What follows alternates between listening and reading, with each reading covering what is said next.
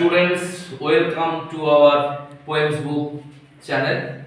তো তোমাদের লাস্ট ক্লাসে আমরা কিন্তু voice change according to tense পড়িয়েছিলাম, শুধু প্রেজেন্ট ইনডিফিনিট টেন্সটা হয়েছে।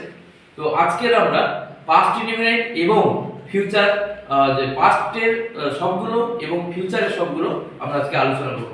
তোমাদের নিশ্চয়ই মনে আছে যে কালকের আমরা কি করেছিলাম বলো তো, সচিনের উপরে পড়িয়েছিলাম।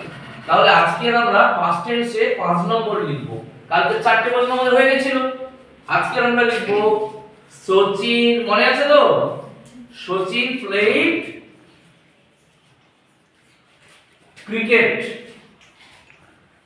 ক্রিকেট এটা কি বলতো, past indefinite tense.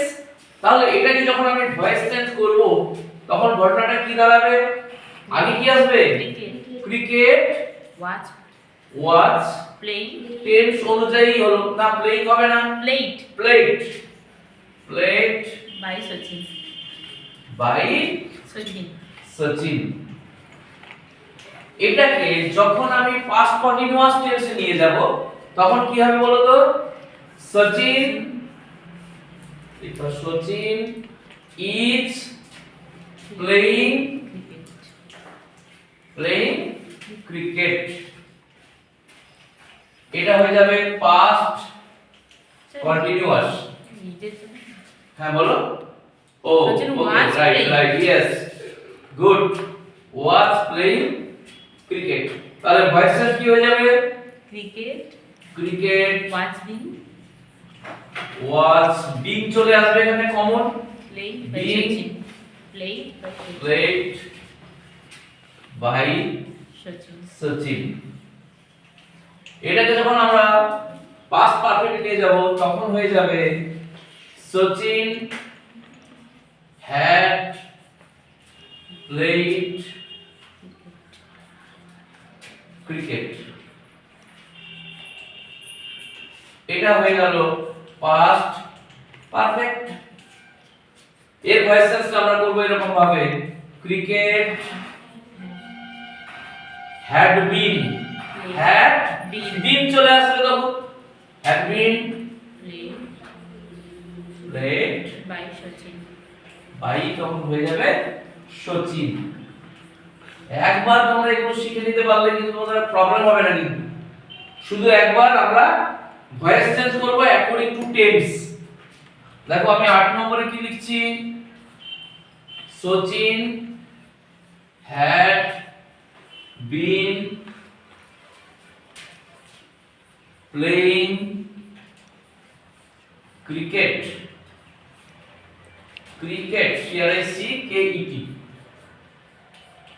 For an hour ও লিখতে পারি আমরা, লাস্ট ক্লাসে বলেছিলাম ফর 24 ইয়ার্স, আমরা এখানে বলতে পারি ফর an hour ও দিতে পারি। এটা হচ্ছে দুটো বিষয় থাকে, একটা হচ্ছে পয়েন্ট অফ টাইম আর একটা হচ্ছে পিরিয়ড অফ টাইম। তাহলে আমরা এটা পয়েন্ট অফ টাইম বলছি, এটা গতকালকে আমরা বলেছিলাম পয়েন্ট অফ টাইম, আজকে আমরা বলছি period of time. For an hour 1 ঘন্টা ধরে, কিন্তু এর প্যাসিভ নট ইন ইউজ, কিন্তু এটাকে আমরা বলছি কি গো, পাস্ট পারফেক্ট কন্টিনিউয়াস, কিন্তু এর ভয়েস চেঞ্জটা not in use, passive not in use. তাহলে এটা ক্লিয়ার হলো। আমরা লাস্ট ক্লাসে প্রেজেন্টের 4টে ভাগ বলেছিলাম, আজকে আমরা বলছি পাস্টের 4টি ভাগ। Past indefinite, Sachin played cricket, cricket was played by Sachin, 4টে নিয়ম। আমরা যদি 5টা নিয়ম করি অসুবিধা নেই, 1 নম্বর 2 নম্বর 3 নম্বর 4 নম্বর 5 নম্বর। আরেকটা মজার ব্যাপার দেখো, সব জায়গায় শুধু বিভাগটাই চেঞ্জ হচ্ছে, কিন্তু ওয়াজ চেঞ্জ হচ্ছে, ওয়াজ বিং চেঞ্জ হচ্ছে, হ্যাড বিন চেঞ্জ হচ্ছে, তাই না? আর সব কিন্তু একই আছে। এখানে হচ্ছে cricket cricket, playing playing by, এগুলো সব ঠিক থাকছে। শুধু প্রবলেম হচ্ছে আমাদের কোনটা, এই জায়গাটা আমাদের কিন্তু চেঞ্জ হয়ে যাচ্ছে।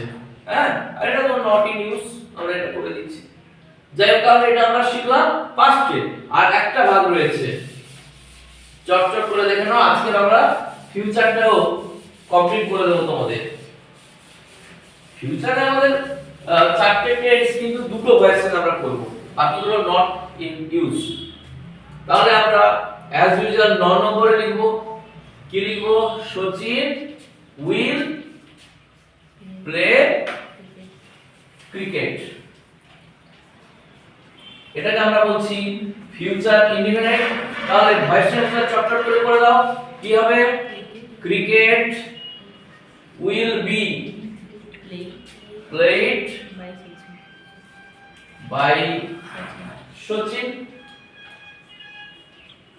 আবার এটা আমি যখন কন্টিনিউয়াস নিয়ে যাব, ফিউচার কন্টিনিউয়াস, তখন কি করব আমরা? Sachin will be playing, continuous এর সাথে আইএনজি হবে, প্লেইং ক্রিকেট, তাই না? এটা আমরা বলছি ফিউচার কন্টিনিউয়াস। কিন্তু মজার ব্যাপার হচ্ছে সবগুলোর কন্টিনিউয়াস হলেও ফিউচার কন্টিনিউয়াস কিন্তু প্যাসিভ নট ইন ইউজ, আমরা এটা ব্যবহার করব না। 11 নম্বরে চলে যাব, কি? Sachin will have played cricket, played cricket হয়ে যাবে। তাহলে এটাকে আমরা বলবো ফিউচার পারফেক্ট। আর এই প্যাসিভটা আমরা কিভাবে ব্যবহার করব? বলো, cricket will have been Played played by by Sachin. Sachin, by Sachin হয়ে গেল। ঠিক আছে, আবার আমরা যখন 12 নম্বরে চলে যাচ্ছি, কি হবে তখন বলো? Sachin will have been playing cricket, Played playing cricket. Cricket. আমরা ওইভাবে বলতে পারি, ফর অ্যান আওয়ার বলতে পারি, বা ফর 20 ইয়ার্স বলতে পারি, 24 ইয়ার্স। তাহলে ক্রিকেট ফর অ্যান আওয়ার। আর এটাকে আমরা কি বলছি গো? ফিউচার পারফেক্ট কন্টিনিউয়াস, কিন্তু প্যাসিভ নট ইন ইউজ। তাহলে ডিয়ার স্টুডেন্টস, তোমাদের আমরা আজকে যেটা পাঠ দিলাম সেটা হচ্ছে voice change according to tense. তাহলে আমরা যদি প্রত্যেকটা টেন্সকে এভাবে ভাগ করে নিতে পারি তাদের সূত্র অনুযায়ী, তারপর আমরা 8টা টেন্সে যেরকম ভয়েস চেঞ্জ শিখে নিতে পারি, তাহলে তোমাদের যত টেন্স থেকে যা কোশ্চেন দিক তোমরা আশা করি পারবে। আরেকদিন আমি তোমাদের ইম্পার্টেন্সটা দেখিয়ে দেবো, কিন্তু আপাতত টেন্স অনুযায়ী এটা দেখে নাও, সূত্রগুলোকে পুট করে কিভাবে আমরা বিভাগগুলোকে চেঞ্জ করছি সেটা দেখে নাও। তাহলে যদি আমাদের এই চ্যানেলটা ভালো লাগে তাহলে লাইক, শেয়ার এবং সাবস্ক্রাইব করতে ভুলবে না তোমরা। এবং তোমাদের জন্য নতুন নতুন আরো এই ইংলিশ গ্রামার নিয়ে তোমাদের সামনে আবারও হাজির হব। Thank you.